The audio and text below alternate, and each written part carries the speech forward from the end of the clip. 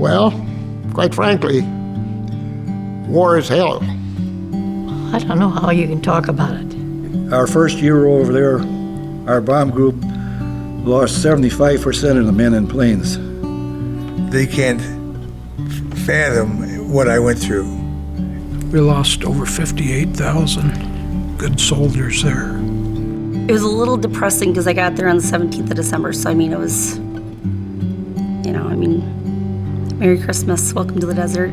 But we got everything from car bombs to rocket attacks to mortar attacks on a daily basis. It just seemed like your body was upside down every day, and you didn't know what was going to happen.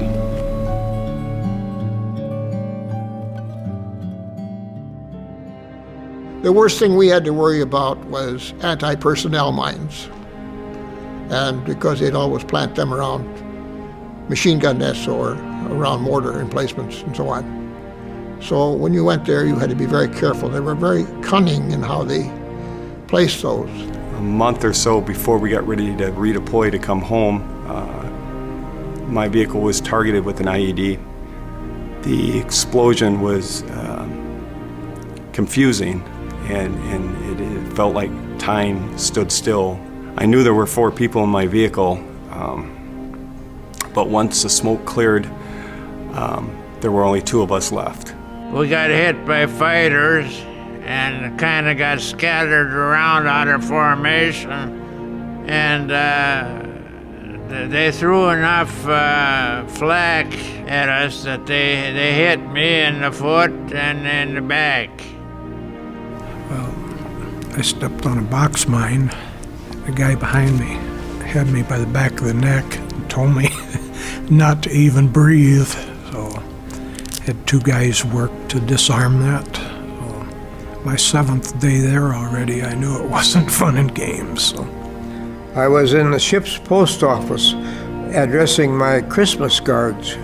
I heard the bosun mate say, all men, man your battle stations, now.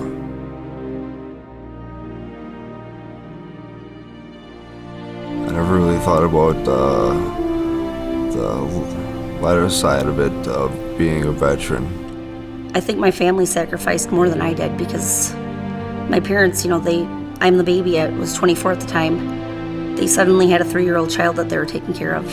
When I left, she was 3, and then when I came home, she was 4, and anybody who has kids knows that's a big difference. Rationing over there was really rough for the people. They think the rationing in the United States is bad. They should have been over there. We fed between 3,500 and 4,000 men. I spent hours from 3 o'clock in the morning to 8 or 9 o'clock at night for quite a few years. I was wounded in my abdomen, my right arm, and the third one was a gunshot wound to the head. German peoples came running at me with pitchforks. They had a central place where prisoners of war were brought. When we had to go back to the Arizona and start picking up bodies and body parts and things, I saw some sailors floundering in across some fire on top of the water, oil burning, and I tried to swim under and I didn't make it. I had to be helped out, and I got crude oil in my eyes, which is very caustic, and I got some 3rd-degree burns. First degree burns in my face. It just overwhelms you. Some of them were just completely bandaged just because they burnt so bad. Some of them didn't have limbs. Some of them, it left you feeling that those boys suffered. It shattered my kneecap, and since I've had a couple reconstructive surgeries, and it crushed my spine. to the point where I have a constant pain every day, and it kind of limits some of my activities, but I find a way to make life happen. I find a way to get around the pain and how to deal with it.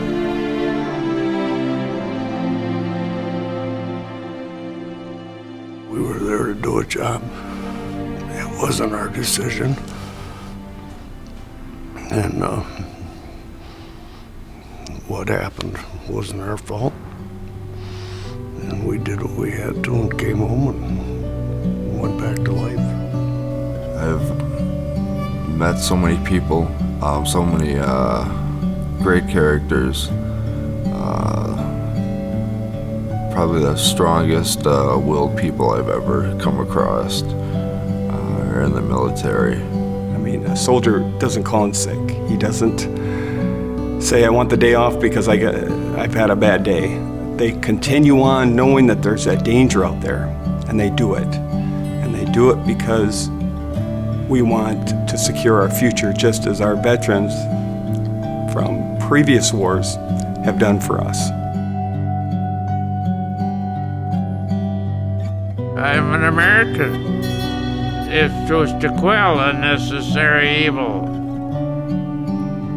Hitler and Goring and all of those jokers. I'm thankful I'm able to do what I did, and extra thankful to be come back home in one piece. Because there's so many people that in other branches of service that never made it. When we shipped out, we sailed out under the Golden Gate Bridge. And I remember looking back, and I wondered if I'd ever see it again. And one morning, I think it was in September, got up and looked out, and here was land coming up, and I could just barely see the Golden Gate Bridge in the distance. And I thought, man, I made it. And it was great. It was just great. I was shopping in downtown Waupaca. This 10-year-old boy came up to me. He saw my Marine Corps hat on. He came up to shake my hand and thank me for serving the country. And I said, I did that for you.